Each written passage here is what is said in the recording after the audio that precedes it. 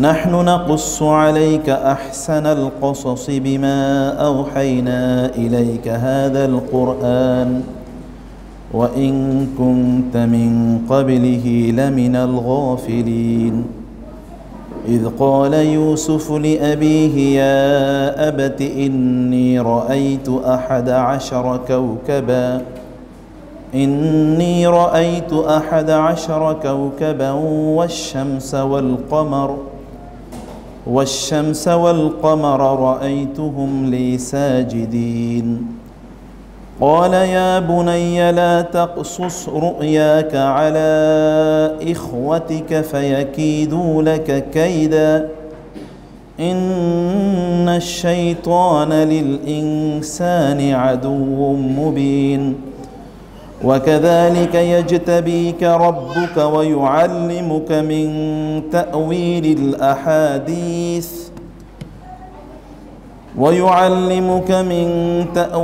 الأحاديث ويتم نعمته عليك وعلى آل يعقوب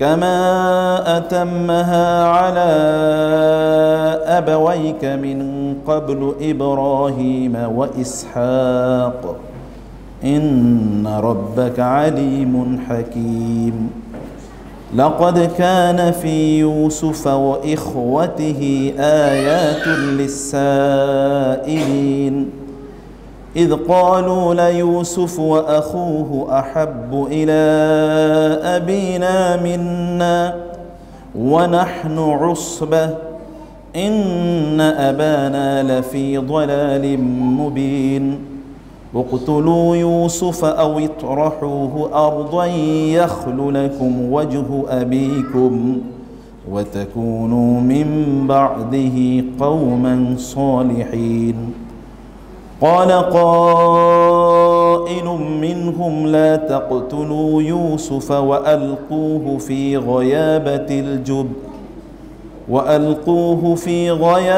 الجب يلتقطه بعض السيارة إن كنتم فاعلين قالوا يا أبانا ما لك لا تأمنا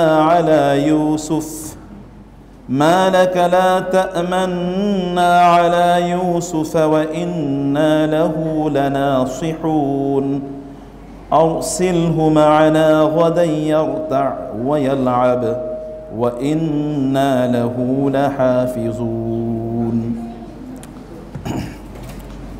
আল্লাহ সুবহানাহু ওয়া তাআলা শুকর আদায় করছি তিনি আমাদেরকে surrender international institute Madrasa school and college এর উদ্যোগে আয়োজিত আজকের এই কনফারেন্সে মাসিক হালাকায় অংশগ্রহণের তৌফিক দান করেছেন। বলছি আলহামদুলিল্লাহ। রাসূলুল্লাহ সাল্লাল্লাহু আলাইহি ওয়াসাল্লাম এর উপর দুরূদ এবং সালাম বর্ষিত হোক। আল্লাহুম্মা সাল্লি ওয়া সাল্লিম আলা নবিকা মুহাম্মদ আল্লাহুম্মা সাল্লি আলাইহি আল্লাহুম্মা বারিক আলাইহি। কোরআনুল কারীমের 12তম সূরা। কততম সূরা? এবং ইন্টারেস্টিংলি এটি নবুয়তের 12তম বছরে নাজিল হয়েছে। আর এখানে 12 ভাইয়ের ঘটনাও বলা আছে। কয় ভাইয়ের ঘটনা? 12। ইউসুফ ছাড়া 11 জন, আর ইউসুফ সহ including him there were 12 brothers. The story of 12 brothers is told in this surah. Subhanallah. Beautiful, mashallah. আমার খুব প্রিয় সূরা এটা। এবং সালফে সালিহিন তারা বলেন কেউ যদি খুব স্ট্রেস বা অ্যাংজাইটিতে থাকে তাহলে এই সূরা পড়লে আল্লাহ তাআলা তার স্ট্রেস দূর করে দেবেন। আমি এখন কোনো স্ট্রেসে নাই, কিন্তু এই সূরাটাকে আমি খুবই ভালোবাসি। কারণটা কি? মানে every single letter of this Surah contains huge James, huge lessons. প্রত্যেকটি বর্ণের সাথে, শব্দের সাথে এত ব্যাপক পরিমাণ শিক্ষা আছে, এটা আনইমাজিনেবল। এত অসাধারণ, এত অসাধারণ। এবং এভরি টাইম যখনই আমি নতুন করে সূরা পড়ি, নতুন করে এমন অনেক কিছু এখানে পাই যেটা I have never thought out earlier. আগে আমি চিন্তা করি না, কিন্তু এরকম জিনিস আছে। কোরআনের মজেজা এটা। আপনি যদি ডিপলি কোরআন পড়েন তাহলে কোরআন আপনাকে এমন নলেজ দেবে, এমন জ্ঞান দেবে যে জ্ঞান এর আগে আপনি কোনোদিন অর্জন করেন নাই, এর আগে কোনোদিন অর্জন করেন নাই। আমি আজকে সকালবেলা তো ফজরের সুন্নতে কোন কোন সূরা পড়তে হয় বলেন তো? ফজরের সুন্নাতে ফজর ফরজ নামাজের যে 2 রাকাত সুন্নাহ আছে, ফরজ নামাজ সূরাতুল কাফিরুন এবং ফরজ নামাজ না, ফজরের নামাজ। আমি ফজরের নামাজে কি পড়তে হয়? 2 রাকাত সুন্নাতে সূরা কাফিরুন এবং ইখলাস। আমি সূরা কাফিরুনটা একটু মনোযোগ দিয়ে পড়ছিলাম আজকে নামাজের মধ্যে। পড়তে গিয়ে আমার মনে হলো যেটা আমি আগে কোনোদিন চিন্তা করিনি, এটা নতুন করে মনে হচ্ছে। আল্লাহ যখন বলেছেন কুল ইয়া আইয়ুহাল কাফিরুন লা আ'বুদু মা তা'বুদুন, মানে হে কাফেররা, তোমরা যার ইবাদত করো আমি তার ইবাদত করি না। এটার মানে কি?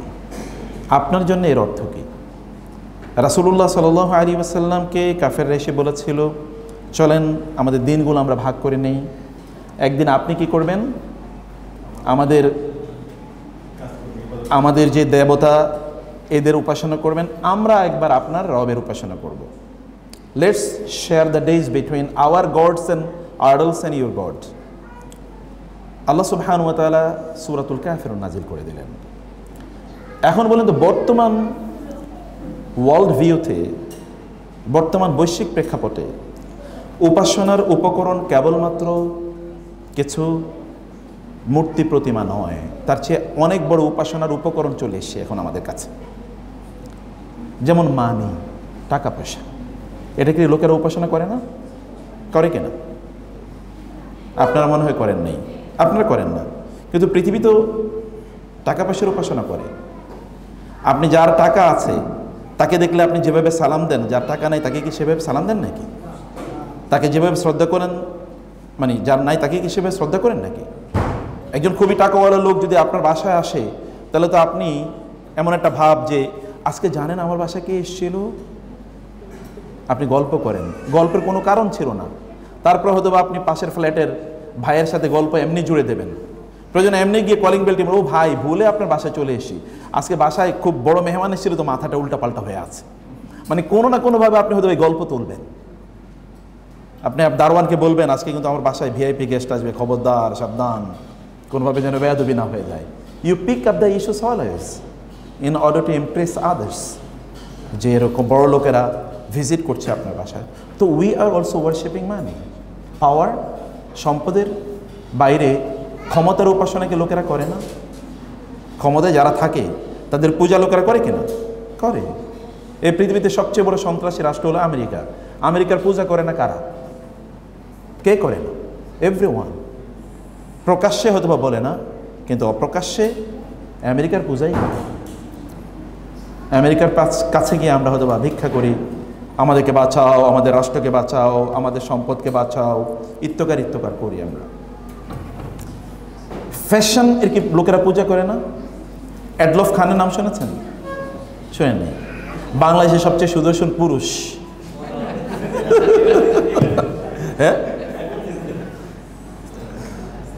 আচ্ছা, বুঝতে পেরেছেন? অথচ ওটা অর্ধ পুরুষ আর আধা মহিলা, আধা পুরুষ আর আধা মহিলা। এবং সবচেয়ে সফল নারী হিসেবে বাংলাদেশের কিছুদিন আগে ঘটেছে, এমন একজন সবচেয়ে সফল নারী হিসেবে একজনকে ক্রেজ দেয়া হলো। সে আসলে ট্রান্সজেন্ডার পুরুষ, সে আসলে পুরুষ ছিল কিন্তু এখন নারী হয়ে গেছে। মানুষ কিসের পূজা করে? মানুষ ফ্যাশনের পূজা করে। দেখেন সবচেয়ে বেশি ফ্যাশন এর, আপনিও দেখেন ব্র্যান্ডের জামা কাপড়, ব্র্যান্ডের ডিভাইস ব্যবহার করতে পারলে আপনি আপনার মোবাইলটা এটার কাভার লাগান না, ভেতরে রাখেন না, কারণ লোকেরা দেখুক আমি যে আইফোন 16 ম্যাক্স প্রো এটা আমি ব্যবহার করি, তাই না? এটা আপনি দেখাতে চান। অলওয়েজ ইউ শো যে আপনি এরকম ব্র্যান্ডের জিনিস ব্যবহার করেন, ব্র্যান্ড চেঞ্জ করেন। People also worship brands. তারা লোকেশন, এলিট একটা লোকেশনে বসবাস করে। একটু আপনি দেখবেন, যদি আপনি বলতে পারেন যে আমি বাড়িধারা গুলশানে বসবাস করি, তাহলে একটু আপনার কেমন কেমন একটু ফুলা ফুলা লাগে ভাবটা, যে আমি ওই এলাকায় বসবাস করি। একটু আদাবরে বসবাস করি, একটু কম বলতেছেন আপনি। অনেকের তো দেখি তারা মোহাম্মদপুরে বসবাস করে, কিন্তু বলে আমি ধানমন্ডিতে বসবাস করি, কারণ যেহেতু ধানমন্ডির কাছেই তো, ধানমন্ডি বলে সমস্যা। এরকম একটা ভাব, পিপল ওয়ার্শিপ মেনি আইটেমস। মানুষ বহু জিনিসের উপাসনা করে, মানুষ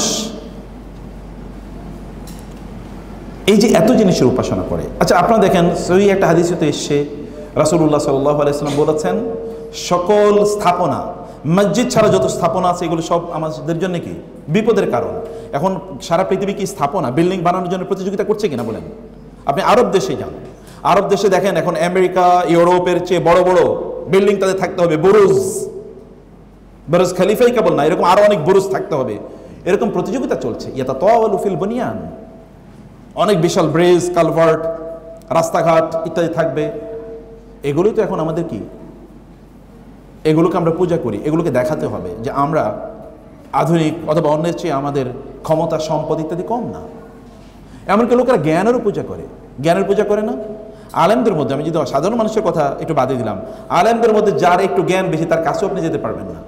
তার শিডিউল নেওয়ার জন্য আপনি ফোন করবেন কয়েক হাজার বার, তারপর আপনি তারে পাবেন না, পাওয়ার কোনো উপায় নাই। রাসূলুল্লাহ সাল্লাল্লাহু আলাইহি ওয়াসাল্লাম এর কাছে যাওয়ার জন্য মানুষের আলাদা অ্যাপয়েন্টমেন্ট নেওয়ার প্রয়োজন থাকতো না, কিন্তু আলেমদের কাছে যাওয়ার জন্য কি লাগে? অ্যাপয়েন্টমেন্ট লাগে। আমি বলছি না যে অ্যাপয়েন্টমেন্ট নেওয়া কোনো অন্যায়, কিন্তু তারপরও ইনঅ্যাক্সেসেবল, তাদের কাছে এখন আপনি যেতেও পারবেন না, যাওয়ার কোনো সুযোগ নেই, শিডিউল নাই। আপনি বাংলাদেশের প্রথম যারা সোশ্যাল মিডিয়াতে পপুলার, এমনি আলেম হিসেবে কি সেটা আমি জানি না, সোশ্যাল মিডিয়াতে ভাইরাল সেলিব্রিটি বা ভাইরাল আলেম, সেলিব্রিটি আলেম জানতো, দেখি এক মাস ঘুরে দেখেন তো শিডিউল পান কিনা, মোবাইল নাম্বারই পাবেন কিনা, আই চ্যালেঞ্জ ইউ, মোবাইল নাম্বারই পান কিনা, বলেন তো কয়জনের মোবাইল নাম্বার আছে আপনাদের কাছে, এবং বলেন যে আমি ওনার মোবাইল নাম্বারটা চাই, দেখেন তো পান কিনা। মানুষ ওয়ার্শিপ করে, পূজা করে। এখন তো লোকেরা তারা তাদের আইডেন্টিটি, তাদের পরিচয় দেয় সোশ্যাল মিডিয়াতে, আমার 2 মিলিয়ন ফলোয়ার আছে, এটি হলো তার কি পরিচয়। আপনি কে? আমি অমুক, আমাকে হয়তো বা চেনবেন না, যে সোশ্যাল মিডিয়াতে আমার 2 মিলিয়ন ফলোয়ার আছে, আর আপনি তখন লাফে ওঠেন, ওরে বাবা এটা তুই 2 মিলিয়ন ফলোয়ারের। এটাও কি এক ধরনের ওয়ার্শিপ। যখন আপনি বলেন কুলিয়া ইউল কাফিরুন লা আ'বুদু মা তা'বুদুন, এটা কি আপনার মধ্যে কাজ করে কিনা, আমার মধ্যে কাজ করে কিনা? আচ্ছা, ওর লাইফস্টাইল আপনি কোনোদিন চিন্তা করে জিজ্ঞেস করেছেন আপনি নিজকে, যে আমি যে জামাটা পরি এটা কি ইহুদি খ্রিস্টানদের ফ্যাশন, নাকি এটা রাসূলের ফ্যাশন, সাহাবায়ে কেরামের ফ্যাশন? জামা কাপড়ে যদিও কোনো ইসলামিক একেবারে সলিড কোনো আইডেন্টিটি আপনি বলতে পারবেন না যে না এটাই কেবল ইসলামিক, অন্যটা ইসলামিক না, কিন্তু আপনি বলেন তো আমাদের সালফে সালেহিন তারা কি জামা কাপড় পরেছে? ইমাম মালিক রাহিমাহুল্লাহ কি পড়েছেন? সাহাবীদের কি ছিল? তাবেঈদের কি ছিল? আজ যুগ যুগ ধরে, এখন আমি মসজিদে ধরেন আমাদের শেখ ইউসুফ জাহান কোন একটা মসজিদে খুতবা দিতে গেল, কিন্তু প্যান্ট শার্ট পরে তারপরে খুতবা দিতে গেল, লোকেরা কি খুতবা দিতে দেবে নাকি? তার মানে ড্রেসের কি আছে, একটা ইম্পর্টেন্স আছে, আছে কি না? কিন্তু আমরা তো এটা চিন্তা করি না, আমরা তো ওদের ওয়েস্টার্ন ড্রেস কোড, সেটাকে আমরা একটু জাতে ওঠার জন্য আমরা ওটাকে ব্যবহার করছি। এই জায়গাগুলো সবসময় লা আবুদু, কেন এই সূরায় দেখেন একই বক্তব্য ডাবল এসছে, লা আবুদু মা তা'বুদুন ওয়ালা আনতুম আবিদুনা মা আবুদু ওয়ালা আনা আবিদু মা আবাদতুম ওয়ালা আনতুম আবিদুনা মা আবুদু। একই বক্তব্য বারবার কেন? কারণ কোন একটা সময় আসবে যখন লোকেরা কি করবে, ইহুদি এবং খ্রিস্টানদেরকে অনুসরণ করবে in every step of their life. তাদের প্রত্যেকটা জায়গা তারা ইহুদি খ্রিস্টানদেরকে ব্যবহার মানে ফলো করবে, অনুসরণ করবে। আমরা এরকম একটা জগতে, এমন একটা সময়ে বসবাস করছি, সব জায়গায়, সব ক্ষেত্রে, সকল ক্ষেত্রে, কি আলেম আর কি গায়রে আলেম, কি আপনার সিরিয়াসলি কমিটেড টু ইসলাম আর কি নন সিরিয়াসলি কমিটেড টু ইসলাম, কি সালাফি আর কি খালাফি, নো ডিস্টিংশন কোথাও নাই। সব পঙ্গপালের মতো ওইদিকে দৌড়াচ্ছে, সব পঙ্গপালের মতো দৌড়াচ্ছে। ওইটাই আমাদের কাছে এখন মুখ্য একটা অবস্থান হয়ে দাঁড়িয়েছে। ওইটাকে আমরা এখন একটু জাতে উঠার মতো করে আমরা ফেল করি বা নিজকে বোঝানোর চেষ্টা করি। সম্মানিত ভাইয়েরা, বোনেরা, কোরআন আমাদের জন্য সদা সর্বদা আলো নিয়ে আসছে, আলো। আপনি একটু চিন্তা করেন, বিকাম ডিফারেন্ট, একটু আলাদা হন, রাসূলের মতো বলুন লা আ'বুদু মা তা'বুদুন, I don't follow your lifestyle, আমি তোমার পথ এবং পদ্ধতি অনুসরণ করি না, আমার একটা ডিফারেন্ট নির্দিষ্ট লাইফস্টাইল আছে। সাহাবায়ে কেরামের মতো লাইফস্টাইল সার্চ করে দেখেন তাদের লাইফস্টাইল কেমন ছিল। আমি বলি না যে সম্পদের মালিক আপনার হবেন না, বরং সম্পদের মালিক আপনার হবেন মোস্ট প্রবলি। বাংলাদেশে আলেমদের মধ্যে সবচেয়ে বেশি কথা আমি বলি যে আপনাদেরকে সম্পদের মালিক হতেই হবে, কারণ আপনার যদি সম্পদ থাকে তাহলে এটা কাজে লাগবে দিনের, আর যদি খারাপ লোকের সম্পদ থাকে তাহলে এটা কি ইউসুফ জাহানের সম্পদে এখানে কি হয়েছে এখন? এখানে ধরেন একটা ইসলামিক কনফারেন্স হচ্ছে, আর অন্য কারো হলে এটা তিনি চিন্তা করতেন এটা তো আসলে একটা বানানো যায়, কমিউনিটি হল বানানো যায়, বিয়ে শাদীর আসর হবে, প্রোগ্রামে 15,000, 20,000, 30,000, 40,000 টাকা দেবে, এটা টাকা ইনকামের একটা ভালো, এখানে কনসার্ট হবে ইত্যাদি ইত্যাদি। ভালো লোকের সম্পদ will be converted into good works, দিনই কাজে এগুলোকে ব্যবহার করা হবে। খারাপ লোকের সম্পদ ওইরকম দিনই কাজ নয়, বরং শয়তানি কাজে সেগুলো ব্যবহার হবে। সম্পদের মালিক হওয়া দরকার আপনাদেরকে, কিন্তু সম্পদ যেন আমাদের চারিদিকে ওমর রাদিয়াল্লাহু তাআলার মতো বলতে হবে যে সম্পদ আমার হাতে থাকবে কিন্তু আমার হার্টে থাকবে না। গোটা পৃথিবী আমি আঙ্গুল দিয়ে নাড়াবো কিন্তু আমার অন্তরে কার বসবাস থাকবে? আল্লাহর। আমার অন্তর জুড়ে কেবল ভালোবাসা থাকবে আল্লাহর, আমার অন্তরে সামান্যতম ভালোবাসাও থাকবে না সম্পদের। সম্পদকে আমি আমার অন্তরে জায়গা দেব না, কিন্তু আমার রবের গোটা জায়গা আমার অন্তর জুড়ে থাকবে। এরকম একটা অবস্থা যদি আমাদের হয় তাহলে সেটা আমাদের জন্য কোনোভাবে ক্ষতির কারণ না। সূরা কাফিরুন যখন আমি পড়ছিলাম তখন আমার মনে হচ্ছে আমরা তো ওদের মতোই, রাসূল থাকলে হয়তো আমার এক বলতো কুল ইয়া আইয়ুহাল কাফিরুন, তখন কুল না আইয়ুহাল কাফিরুন লা আবুদু মা তা'বুদুন। তোমাদের যে জীবনযাপন, আমি তো এরকম জীবনযাপন করি না, আমি তো তোমাদেরকে এরকম জীবনযাপনের কথা বলিনি। সাহাবায়ে কেরাম কিসের মধ্যে ছিলেন আপনি বলেন তো? সাহাবায়ে কেরামের এখনকার আমি কেবল আরবদের কথা বলছি না, মুসলিম বিশ্বের কথা বলেন, যে পরিমাণ সম্পদ ছিল সাহাবায়ে কেরামের কি এরকম সম্পদ ছিল? সাহাবায়ে কেরামের তো সম্পদ ছিল। আচ্ছা, তারা কিসের মধ্যে বসবাস করতেন? তাদের অট্টালিকা কি ছিল? আচ্ছা, সেখানে যারা রাসূল ইসলামকে যদি বলি সম্রাট, যদি এই অর্থে বলি সাধারণ দুনিয়ার সেন্সে, তাহলে তার সম্রাটের প্রাসাদ কি ছিল? এবং আরবদের এবং অনারবদের, আমাদের দেশে যারা একটু পাতি নেতা তাদের তো যে পরিমাণ সম্পদ, আর আরবদের যারা রাজা তাদের সম্পদের অবস্থা দেখেন, তারা কি জীবনযাপন করে। রাসূল ইসলাম কি এরকম জীবনযাপন করেছে? সাহাবায়ে কেরাম কেমন করেছে? কিন্তু গোটা পৃথিবী তাদের হাতের আঙ্গুলের ইশারায় নড়ত। আর আমাদের অবস্থা কি? আমরা তখন অন্যদের পেছনে পেছনে ঘুরি, বিভিন্নভাবে আমাদেরকে তারা একটু সাহায্য করবে, আমাদেরকে একটু প্রোটেকশন প্রদান করবে, আমাদেরকে একটু সাপোর্ট প্রদান করবে। এটা গোটা পৃথিবী। আপনি আমাদের দেশের অবস্থা তো আরও খারাপ, তো তাদের সম্পদ আছে কি কারণে, তাদের কিছু পার্সোনালিটি আছে, আমাদের তো তাও নাই। দেখেন না, জাতিসংঘের অফিস বাংলাদেশে তৈরি হচ্ছে, আমাদের আলেমরাও গিয়ে সাপোর্ট দিচ্ছে, অথবা যারা ইসলামের কথা বলে তারাও সাপোর্ট দিচ্ছে যে জাতিসংঘের অফিস হোক, সমস্যা কি? এবং ভিতরে ভিতরে অনেকে ম্যানেজড হয়ে গেছে যে আমাদের কোনো সমস্যা নাই, তোমরা চালাও তোমাদের কাজ, কোনো প্রবলেম নেই। সম্মানিত ভাইয়েরা, আমি কামিং টু সূরাত ইউসুফ। কোরআন আপনাদেরকে পড়তে হবে, ফজরের পরে ডেইলি 1 ঘন্টা কোরআন পড়তে হবে। কি করতে হবে বলেন তো? 1 ঘন্টা। আমি কি পড়তে বলছি? আমি কিন্তু বলি নাই তাফসির পড়তে। কি পড়তে বলেছি? কোরআন। কোরআন মানে কি? যেটা আল্লাহ নাজিল করেছেন, যেখানে মানুষের কোনো কথা নাই, এটা পড়তে বলেছে। শুধু 1 ঘন্টা কোরআন পড়েন। কি বুঝছেন কি বুঝছেন না সেটা পরের ইস্যু, শুধু 1 ঘন্টা কোরআন পড়েন। এতে হবে কি? ওই যে নাতিকে দাদা বললো পানি নিয়ে আসো, এবং একটা কি দিয়েছেন? ঝুড়ি, ময়লাওয়ালা আবর্জনওয়ালা একটা ঝুড়ি দিয়ে দিয়েছেন, বলে পানি নিয়ে আসো। নাতি গেছেন পানি আনার জন্য, কিন্তু ঝুড়ির মধ্যে কি আছে? ছিদ্র আছে না? পানি যখন উঠিয়েছেন তখন ছিদ্র দিয়ে সব পানি পড়ে গেছে। দাদার কাছে নিয়ে এসে, দাদা তুমি আমার কিসের পানি আনতে বলছো? এর মধ্যে পানি আটকায় না।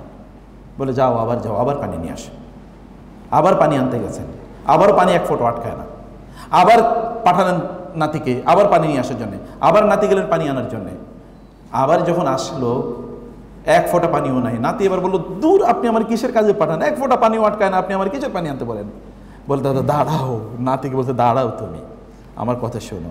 তোমাকে আমি যেই ঝুড়িটি দিয়েছিলাম কি অবস্থা ছিল? বলে প্রচুর ময়লা ছিল। এখন কি ময়লা আছে? বলে না, ময়লা তো নাই, ময়লা তো নাই। তো আমি তো তোমাকে পানি আনতে দিয়েছি, তুমি পানি আনতে পারো নাই বটে, কিন্তু একটা কাজ হয়েছে, তা হচ্ছে সব ময়লা দূর হয়ে গেছে। যখন আপনি কোরআন পড়েন, আপনি বুঝেন বা না বুঝেন, ময়লা কিন্তু দূর হয়ে যায়, ভেতর থেকে ময়লা দূর হয়ে যায়।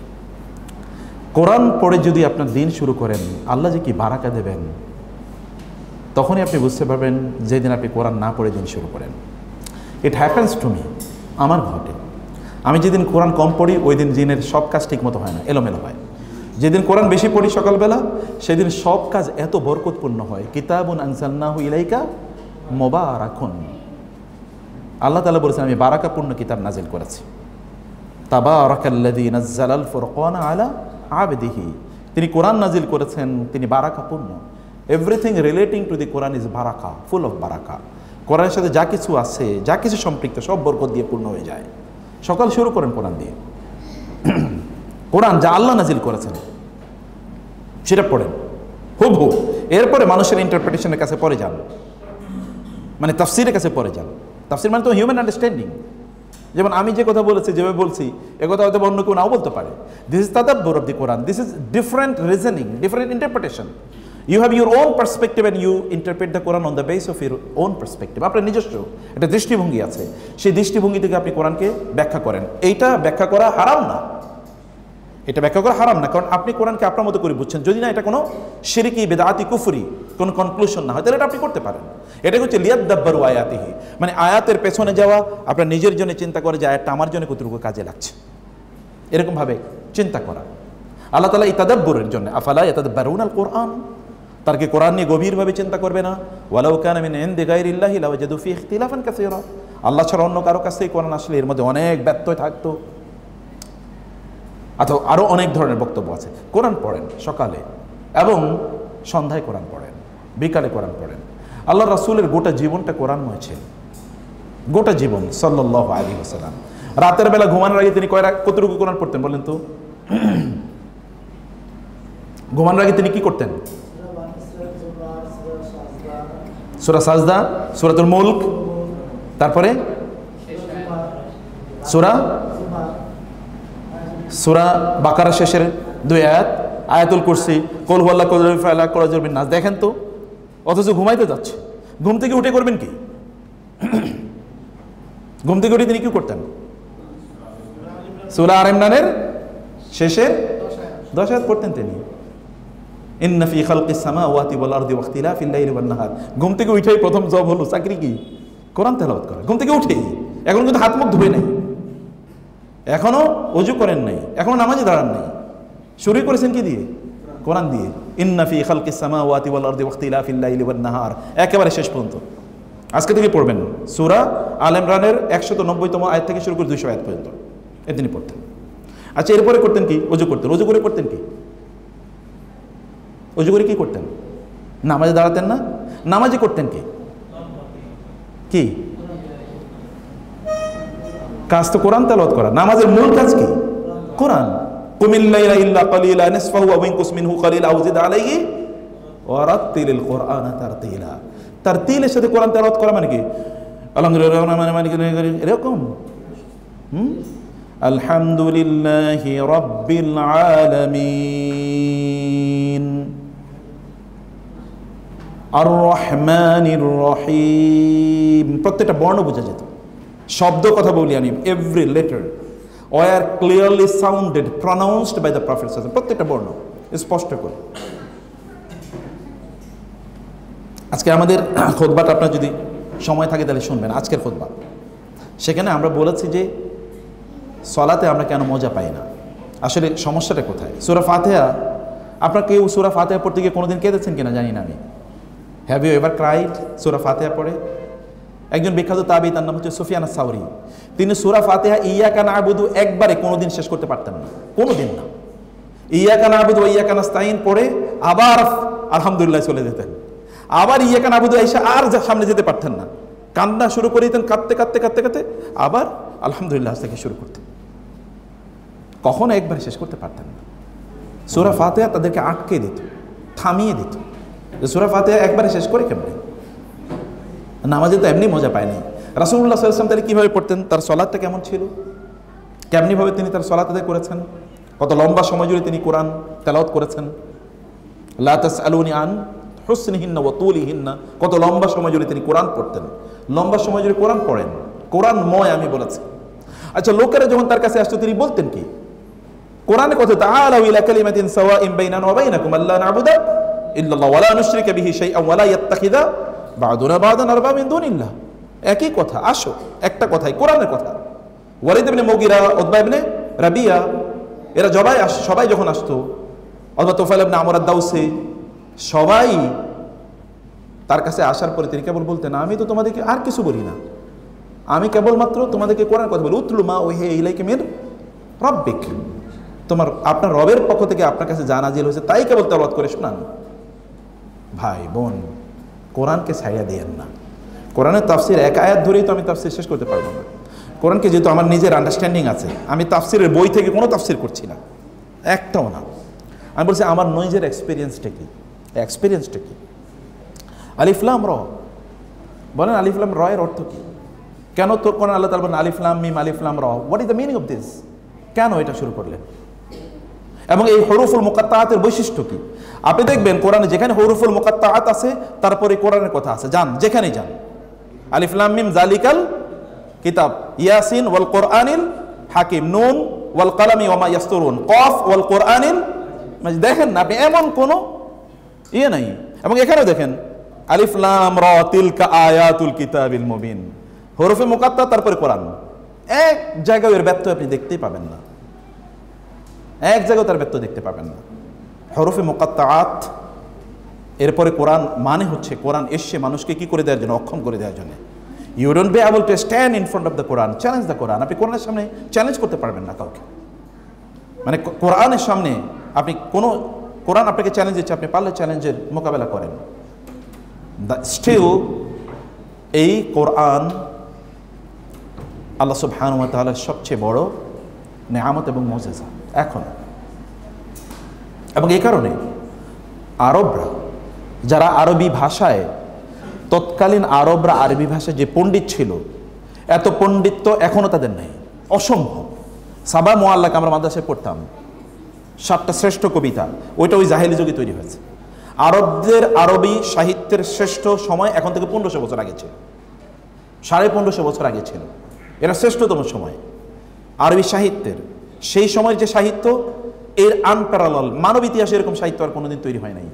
সেই জায়গায় ওই আরবদের সামনে যখন রাসূল কোরআন তেলাওয়াত করেছে, তারা ভেবাচাকে গিয়েছে, বলে কি এরকম কথা মানুষ কিভাবে বলে, বলে কিভাবে এইরকমই কথা, এত সুন্দর।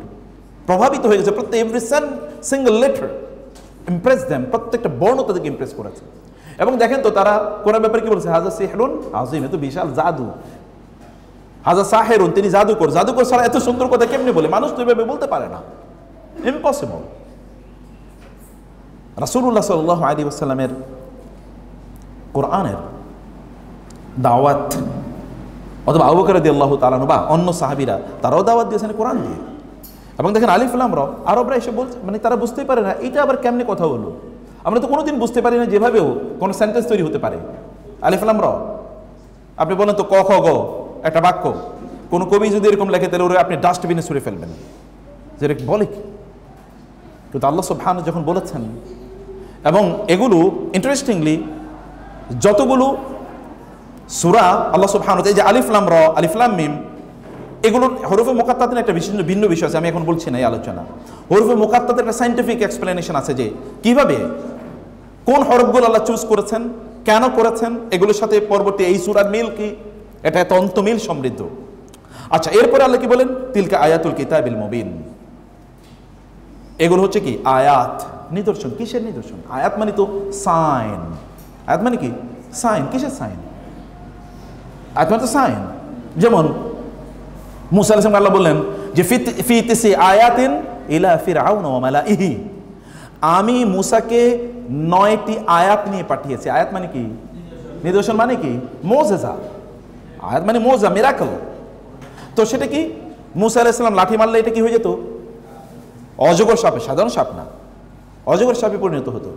তিনি যখন বগলের নিচে বা বুকে হাত রাখতেন তখন কি হয়ে যেত? এটা সাদা হয়ে যেত, এখান থেকে আলো ঠিকরে পড়তো। মিন গায়রি সুইন আয়াতুন উখরা লিনুরিয়াকা মিন আয়াতিনাল কুবরা।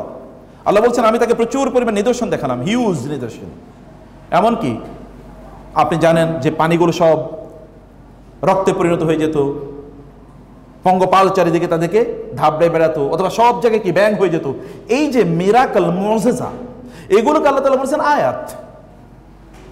ইন্না ফি যালিকা লাআয়াত, এর মধ্যে অবশ্যই নিদর্শন আছে। কোরআনের আয়াত, এগুলো আয়াত। তার মানে আপনি বিজ্ঞানের যে দেখে আপনি একবার ওয়াও যেটা আপনি বলেন, কোরআন আয়াত তার চেয়ে আরো অনেক বেশি ওয়াও আপনার মধ্যে তৈরি করে দেয়, যদি আপনার ওই রকম অনুভূতি থাকে। তো কোরআনের এই আয়াতগুলো ওই বিজ্ঞানের যে আবিষ্কার তার চেয়ে অনেক অনেক শক্তিশালী, million billion trillion trillion trillion trillion times. কিন্তু we don't have enough time to search, research, understand, এটা নিয়ে আমরা ভাবার চিন্তা করার আমাদের সময়ও নাই, সে কারণে আমরা বুঝি না, ওই জায়গায় আমরা যাই না। আয়াতুল কিতাব আল মুবিন, আল্লাহ বলেছেন এটা কিতাব। আল্লাহ কি কিতাব নাজিল করেছেন নাকি? আল্লাহ কি নাজিল করেছেন? আল্লাহ তো নাজিল করেছেন কোরআন। ওয়া কুরআনান ফারাকনাহু লিতাকরাহু আলান নাসি আলা মুকসিম ওয়া নাযালনাহু তানজিলা। আমি তো নাজিল করেছি কোরআন। কোরআন মানে কি? রিসাইটেশন, যেটা পাঠ করা হয়। আর কিতাব মানে যেটা রিটেন। রাসূলের কাছে গিয়ে আল্লাহ জিবরিল এসে বলছেন ধরেন একটা বই আপনি দিয়ে দিলাম, পড়েন, এরকম নাকি? জিবরিল প্রতিদিন নাযালা বিহির রূহুল আমিন আলা কলবিকা লিতাকুনা মিনাল মুনজিরিন বিলিসানিন আরাবিয়্যিন মুবিন লা তা'জাল বিহি লিসানাকা লিতা'জালা বিহি ইন্না আলাইনা জামআহু ওয়া কুরআনা ফাইযা ক্বরানাহু ফাত্তাবি কুরআন। আল্লাহ বলেছেন আমি কোরআন নাজিল করেছি। লা তাসমাউ লিহাযাল কুরআনি ওয়ালগাউ ফিহি, এই কোরআন, এই রিসাইটেশন তোমরা শুনো না। আল্লাহ তাআলা বললেন পাঠাইছেন তিনি কোরআন, কিন্তু বলছেন কি কিতাব। যালিকাল কিতাবু, হোয়াট ডাজ ইট মিন? এটা একটা মুজিজা যে আমি পাঠাইছি কোরআন, কিন্তু এটা কি হয়ে যাবে পরে? কিতাব হয়ে যাবে। দেখেন এখন কিতাব, billions of printed copies of the Quran are available everywhere. The book which is in New York is the same book in Dhaka city. একই বই, কোনো পার্থক্য নাই। বাইবেল ওইখানে যেটা পাবেন বাংলায় সেটা পাবেন না। এমনকি ঢাকায় যেটা পাবেন চিটাগংয়ের ওইটা না, একই না। এমনকি চিটাগংয়ের সব এরিয়াতে সকল বাইবেল একরকম না, কিন্তু নিউ ইয়র্কের অথবা কি এমনকি তেহরানের যদি আপনি বলেন, অথবা আবুধাবির অথবা রিয়াদের কোরআন, আর যদি আপনি মানে টোকিওর কোরআনের কথা বলেন, তাহলে দেখবেন সেম কোরআন, এখানে বিন্দু মাত্র কোনো পরিবর্তন নাই। এটা কিতাব, you will be transform into book, এটা বই হয়ে যাবে, এবং বই হয়ে গেছে। তাহলে আপনি যখনই বলেন আল কিতাব, তখন আপনাকে বুঝতে হবে যে এই শব্দের মধ্যে কি আছে? মুজিজা আছে, এই শব্দের মধ্যে মুজিজা আছে। আল্লাহ সুবহানাহু ওয়া তাআলা ঈসা এবং মুসা আলাইহিস সালামকে কিতাব দিয়েছেন, ওই যে তাওরাত, কাষ্ঠফলক, কাঠের মধ্যে, কাঠের ইয়ের মধ্যে লিখিত ছিল তাওরাত, কিন্তু এটা তো এরকম না। এরপর আল্লাহ বলছেন আল মুবিন, এটা স্পষ্ট। আচ্ছা স্পষ্ট যদি হয় তাহলে আপনি কেন বুঝেন না? কেন আপনি বুঝেন না? আল্লাহ বলেছেন স্পষ্ট। এখন কথা কি আপনারটা সত্য নাকি আল্লাহটা সত্য? সত্য হলে তাহলে আমরা কেন বুঝি না? তাহলে প্রবলেমটা কার? প্রবলেম তো আমার। আল্লাহর বলে, আর তিনি বলেছেন আমার কিতাব স্পষ্ট কিতাব, it is clear cut, there is no ambiguity, লা ইওয়াজা ফিহা ওয়ালা আমতা। না, এমন কিতাব আমি নাজিল করি যার মধ্যে কোনো কি নাই, বক্রতা নাই, লা ইওয়াজা লাহ, এর মধ্যে কোনো বক্রতা নাই। তাহলে আপনি আমি কেন বুঝি না? এরপরে তিনি বললেন ইন্না আনজালনাহু কুরআনান আরাবিয়্যা। আচ্ছা আনজালনা মানে কি? আল্লাহ বলেছেন আমি আনজালনা, নাযালনা আল নাযল, কোথাও বলেছেন ওয়া নাযালনা আলাইকা কুরআনা তানজিলা, আবার বলেন ওয়া আনজালনা, ইন্না আনজালনাহু। What is আনজালনা? প্রত্যেকটা শব্দ এক ধরনের মজা বিয়ার করে। আনজালনা মানে হচ্ছে আল্লাহ তাআলা একসাথে কোরআনকে লাউহে মাহফুজ থেকে বাইতুল ইজ্জা প্রথম আকাশে পাঠিয়েছেন। প্রথম আকাশ থেকে তারপরে কি 23 বছর যাবত রাসূলের উপর কোরআন নাজিল হলো। তিনি বলছেন কোরআনান আরাবিয়্যা, আমি নাজিল করেছি কোরআন, কিন্তু কোন ভাষায়? আরবি। সে কেন? লাআল্লাকুম তাকিলুন, যেন তোমরা বুঝো। আপনি তো, আমি তো অবাক লাগে, আল্লাহ বলছেন আমি আরবিতে নাজিল করেছি যেন তোমরা বুঝো, আর আপনি বলেন আরবি ভাষার কারণে আমি কোরআন বুঝি না। ঘটনাটা কি? আল্লাহ বলছেন আমি আরবিতে নাজিল করেছি সো দ্যাট ইউ আন্ডারস্ট্যান্ড, আর আপনি বলছেন it is in Arabic and this why I don't understand. তাহলে either you are right or Allah, but ওয়ামান আসদাকু মিনাল্লাহি কিলা, আল্লাহর চেয়ে পরম সত্যবাদী কে আছে? আল্লাহ তো সত্য কথা বলেন। তাহলে আমরা আমাদের বড় কোথাও একটা প্রবলেম আছে, আমাদের জীবনকে আবার নতুন করে চিন্তা করতে হবে যে আসলে সমস্যা আমাদের। অতএব এটা কোরআনের প্রবলেম না, প্রবলেম হলো আমাদের। তাহলে আমাদের প্রবলেমটা আইডেন্টিফাই করা এবং সেই অনুসারে ট্রিটমেন্ট অবশ্যই আমাদেরকে করতে হবে। কোরআনে যখন লা আল্লাহ আসে, মনে করবেন লা আল্লাহ মানে হচ্ছে এটা আপনার জন্য বাধ্যতামূলক, বুঝতে পেরেছেন?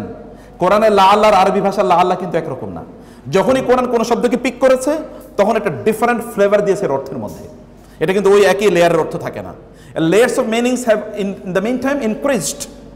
It have reached to such an height and level যে আপনাকে তখন চিন্তা করতে হবে, ঘামতে হবে। লা আল্লাহ যখন কোনো বলছে দেন ইট ইজ অব্লিগেটরি, এটা আপনার জন্য বাধ্যতামূলক। লা আল্লাহ মানে it is must for you to understand the Quran, আপনার জন্য বাধ্যতামূলক। এর মানে হচ্ছে আপনাকে আরবি ভাষা শিখতে হবে। কারণ আপনি বলবেন আমি আবার আরবি শিখবো মানে কি? হ্যাঁ, ইংলিশ শিখতে আপনার খুব ভালো লাগে, মজা লাগে, কিন্তু আরবি শিখতে আপনার খুবই খারাপ লাগে। এই মাইন্ডসেট কে তৈরি করে দিয়েছে? শয়তান। এই শয়তান এই মাইন্ডসেট তৈরি করে দিয়েছে। শয়তান মানুষকে পথভ্রষ্ট করার জন্য দুইটা কাজ করে।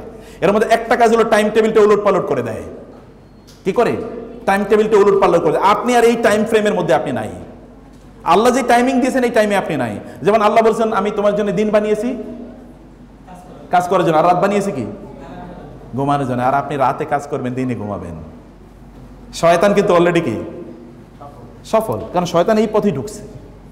শয়তান বলছে ফজরের পরে কোন, আল্লাহ বলেছেন ফজরের পরে কোনো ঘুম নাই। ফাইদা কুদিয়াতিস সালাতু ফান্তাশিরু ফিল আরদ, ফজর শেষ, জমিনে ছড়িয়ে পড়ো, তুমি তোমার রিজিক অন্বেষণ করো। আর আমরা কি করছি? ফজরের পরে ফরজ ঘুমটা ঘুমাই, এর রাতে আমরা একটা নফল ঘুম ঘুমাইছিলাম। ফজরের পরে ঘুমটা মূলত ফরজ ঘুম। তা আপনি কিভাবে গোটা পৃথিবী আপনি নিয়ন্ত্রণ করবেন? কিভাবে নিয়ন্ত্রণ করবেন? গোটা পৃথিবী আপনি চালাবেন কিভাবে? আল্লাহর নিজামকে শয়তান উল্টে দিছে, আপনি ওই উল্টানোর ফলোয়ার হয়ে গেছেন। আমি গতকাল আমার বাচ্চাদেরকে বলেছিলাম, ফজরের পরে আমি ওদেরকে নিয়ে একটা হালাকা সেশন করি 1 ঘন্টার। আমি বলছিলাম যে বাবা, আমি মাদ্রাসায় পড়েছি আলিম পর্যন্ত, গ্রামে আলিম পর্যন্ত, জীবনে কোনোদিন, গোটা জীবনে আলিম পর্যন্ত ফজরের পরে কোনোদিন ঘুমাইছি আমার মনে পড়ে না। ফজরের পরে ঘুমাইলে মানুষ বলে এটা কি পাগল নাকি, এটা ফজরের পরে ঘুমায় কেমনি? এশার পরে কোনোদিন জেগেছিলাম, এটাও কোনোদিন পড়ে না। মাগরিবের পরে সারা কোনোদিন খাইছি, মানে এশার পরে কোনোদিন রাতের খাবার খেয়েছি, এটাও কোনোদিন মনে পড়ে না। আমি কিন্তু তখন আলিম, মানে ধরেন তো কমপক্ষে 20-21 বছরের কথা বলছি। তখন কোনোদিন মানে মাগরিবের পরে ছাড়া কোনোদিন রাতের খাবার খেয়েছি, কোনোদিন মনে পড়ে না আমার, কোনোদিন মনে পড়ে না। বিলিভ মি, এশার নামাজ তো পড়ছি বহুত কষ্ট করে, চোখ বন্ধ হয়ে যায়। কারণ মানুষের শরীরে ঘুম, যখন মানুষের, যেমন আপনার ধরেন ব্যাটারি চার্জ দেন না, ব্যাটারি চার্জ আমরা কখন সবচেয়ে বেশি চার্জ হয়? যখন ভোল্টেজটা 100% থাকে, তখন ব্যাটারি দ্রুত চার্জ হয়। আপনি দেখবেন গাড়িতে যদি আপনি চার্জ দিতে চান আপনার মোবাইলে, তাহলে দেখবেন এটা খুব স্লো চার্জ হয়, কারণ ওইখানে ভোল্টেজ কম। মানুষের শরীর ঘুম নেয় কখন? রাত্রে 8টা থেকে শুরু করে 8টা বা 8:30 বা 9টা থেকে শুরু করে রাত্রে 2টা পর্যন্ত ফুল ভোল্টেজে থাকে। আপনি তখন 4 ঘন্টা ঘুমাইলে অন্য সময় 12 ঘন্টা ঘুমের সময় আপনি ভোল্টেজ পাবেন। আর সারাদিন আপনি খুব এনার্জেটিক থাকবেন। আর হাদিসে ইরশাদ রাসূলুল্লাহ বলেছেন, যে ব্যক্তি সকালবেলা ঘুম থেকে উঠতে পারে না, ফা আসবাহা খাবিসান নাফসি কাসলান, সে যখন ঘুম থেকে উঠে তখন ওর নফসটা থেকে খুবই নিকৃষ্ট টাইপের মন নিয়ে ও ঘুম থেকে উঠে কাসলান, তখন শরীর ব্যথা করে, মাথা মেজমেজ করে, মাথা মানে ঝিমঝিম করে, শরীর মেজমেজ করে, কোনো কিছু ভাল লাগে না, কোনো কিছু তখন ঠিক মতো চলবে না। আর যদি আপনি আর্লি ঘুম থেকে উঠতে পারেন, ফা আসবাহা তাইয়িবান নাফসি নাশীতা, তখন সে যখন ঘুম থেকে উঠে ফ্রেশ মন নিয়ে এবং খুবই উদ্যমী, শরীরে এনার্জি ভর্তি, এরকম একটা শরীর নিয়ে তখন সে তার কাজ করে। আল্লাহ সুবহানাহু ওয়া তাআলা কোরআনকে যখন নাজিল করেছেন আরবি ভাষায়, আপনি যদি if you just spend your time everyday, প্রতিদিন আপনি কি করবেন? আমি শুধু আপনাদেরকে এখানে বলে যাই, প্রতিদিন সকালে 1 ঘন্টা এই পেছনে আপনি ব্যয় করবেন। 1 ঘন্টা, জাস্ট 1 ঘন্টা আপনি কি করবেন? প্রথম 20 মিনিট ধরে আপনি কোরআন তেলাওয়াত করেন, এরপরে 20 মিনিট আপনি কোরআন একটু আন্ডারস্ট্যান্ড করার চেষ্টা করেন, এরপরে 20 মিনিট আরবি ভাষা শেখেন।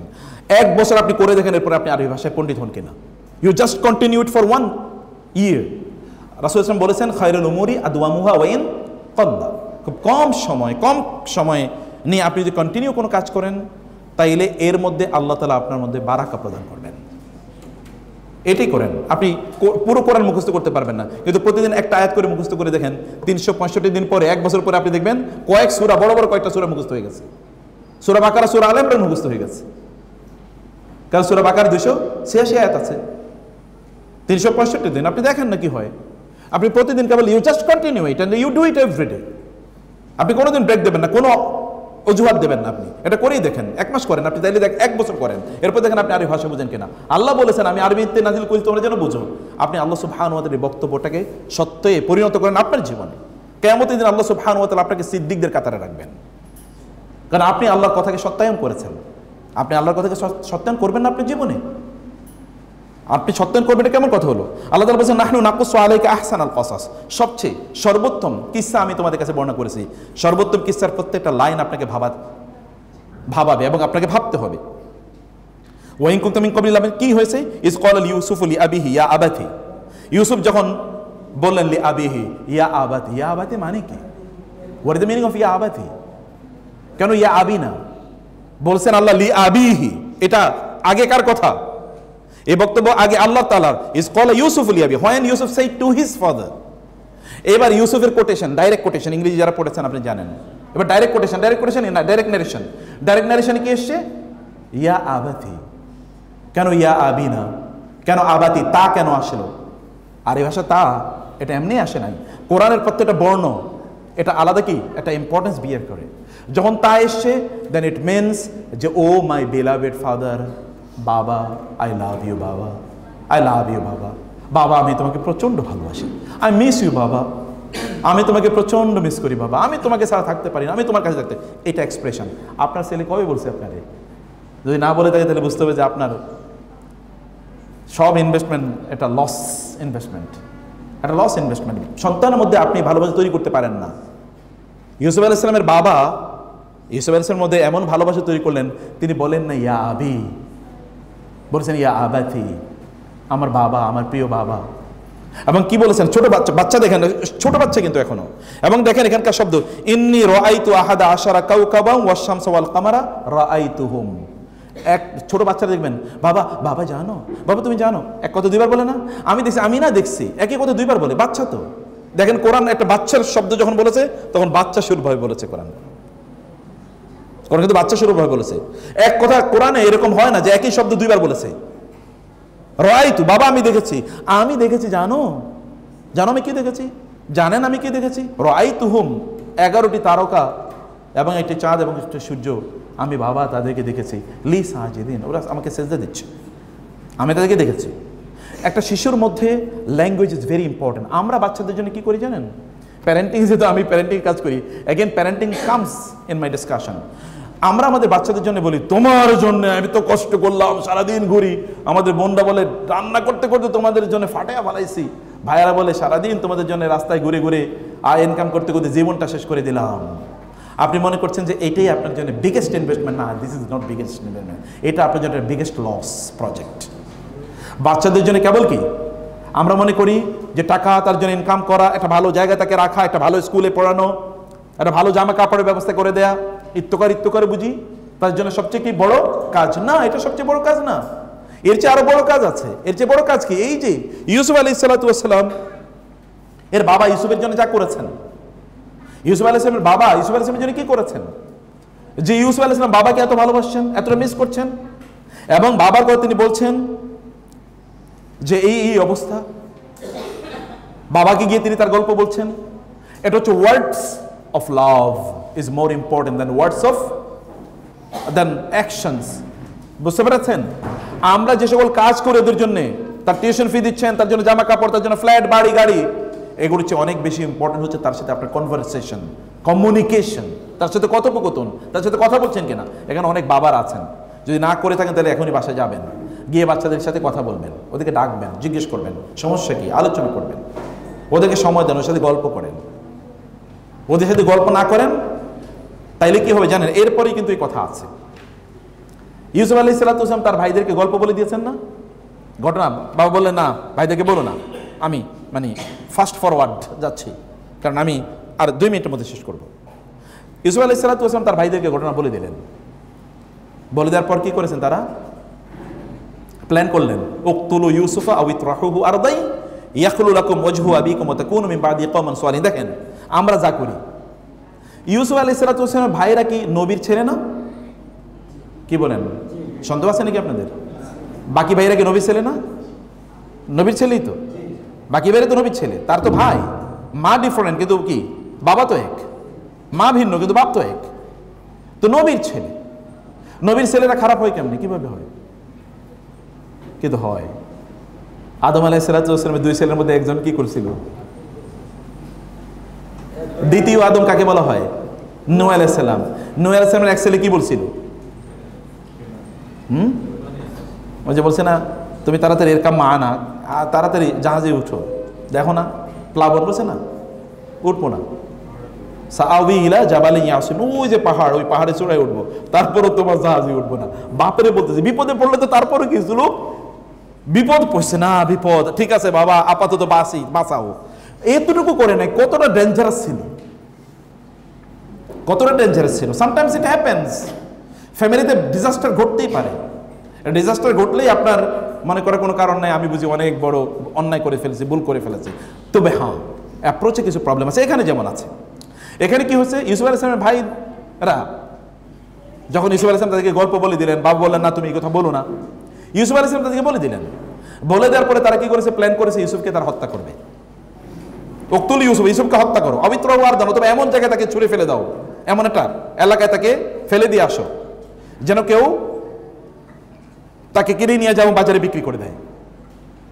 আর তোমরা ইয়াখলু লাকুম ওয়াজহু আবিকুম, দুটো তারা কেন করছে? ইয়াখলু লাকুম ওয়াজহু আবিকুম, এরপরে তোমাদের বাবা আমাদেরকে অনেক ভালোবাসবে। তার মানে এখানে কি ছিল? ছেলেদের একটা গ্রিভেন্স ছিল, তাদের একটা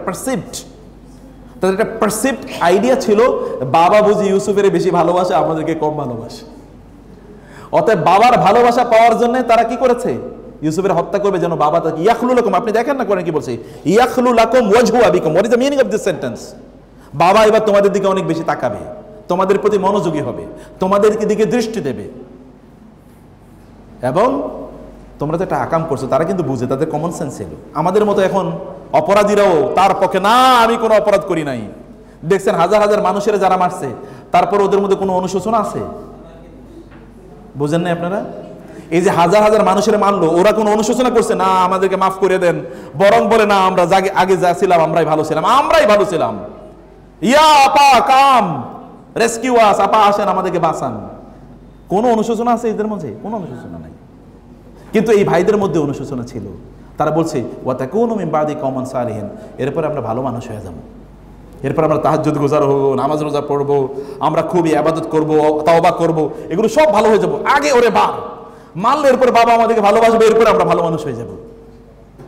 দেখছেন কি সুন্দর ইয়ে নিয়ে তারা একটা প্রেমিস, একটা আর্গুমেন্ট এবং কিছু রিজনিং, অর্থাৎ তাদের পক্ষে সুন্দর একটা যুক্তি তারা উপস্থাপন করছে। আচ্ছা, একটা খারাপ কাজ করি, আমরা তো এরকম খারাপ কাজ করি, আচ্ছা ঠিক আছে, এরপরে ভালো হয়ে যাবো না, একটা খারাপ কাজ করি। শয়তান আমাদের রুটিনটাকে এলোমেলো করে দেয়, এটা শয়তানের কাজ। শয়তান রুটিনটাকে এলোমেলো করে দেয়, আপনি আর তখন ঠিকমতো চলতে পারবেন না, কোনো কিছু ঠিকমতো হবে না, না নামাজ, না কোরআন, না ইবাদত, না অন্যান্য কার্যকলাপ, না বাচ্চাদেরকে সময় দেয়া, না স্ত্রীকে সময় দেয়া, না বাবা মাকে সময় দেয়া, কোনোটাই আপনার ঠিকমতো হবে না। এটা শয়তানের এক নম্বর এজেন্ডা এবং সবচেয়ে বড় কাজ এটা। এবং সবচেয়ে বড় কাজ বলা হয়, শয়তান তার সব চেলা চামুন্ডাকে ডেকে বলেছে, মানব জাতির পথভ্রষ্ট করতে হবে, তোমরা আমারে পরামর্শ দাও, করবা কি? তো একটা ওই পিছনে বলেছিল, ওর কাছে খুব ভালো আইডিয়া নাই, ও বললো যে এটা করলে ভালো হয়। বলে পাইছি, তুই তো ঠিক মতো আইডিয়া দিছিস, তোর আইডিয়াই তো ঠিক আছে। এখন দেখেন সব উল্টাপাল্টা চলতেছে। শয়তান ওই আইডিয়া কিন্তু নিচ্ছে, ওই আইডিয়াতে এখন সব বাজিমাত করে ফেলছে সবাই। সম্মানিত ভাইরা, আপনারা যদি রাইট ট্র্যাকে থাকতে চান, ঠিক মতো যদি আপনাদের সময়টাকে কাটাতে চান এবং যদি আল্লাহওয়ালা হতে চান, তাহলে আপনাদেরকে রুটিন মোতাবেক কাজ করতে হবে। এবং আপনাদের রুটিনের মধ্যে অন্যতম প্রধান একটা ফুড রাখবেন, ফুড। সেই ফুডটা কি? দ্য রিসাইটেশন অফ দ্য কোরআন। কোরআনের তেলাওয়াত, এটা কিন্তু খাবার, এটা খাবারের মতো খাবেন, এটা খাবারের মতো খাবেন। যদি খান এটাকে, তাহলে দেখবেন সব কিছুর মধ্যে বরকত, সময়ের মধ্যে বরকত, কাজের মধ্যে বরকত, বাচ্চাদের মধ্যে বরকত, স্বামী স্ত্রীর মধ্যে বরকত, পিতামাতার মধ্যে বরকত, চারিদিকে বরকত, সব জায়গায় বারাখা। কারণ হাদিসে এসে রাসূল সাল্লাল্লাহু আলাইহি ওয়াসাল্লাম বলেছেন, যেখানে কোরআন পাঠ করা হয় সেখানে 5টি জিনিস ঘটে। এটা কি?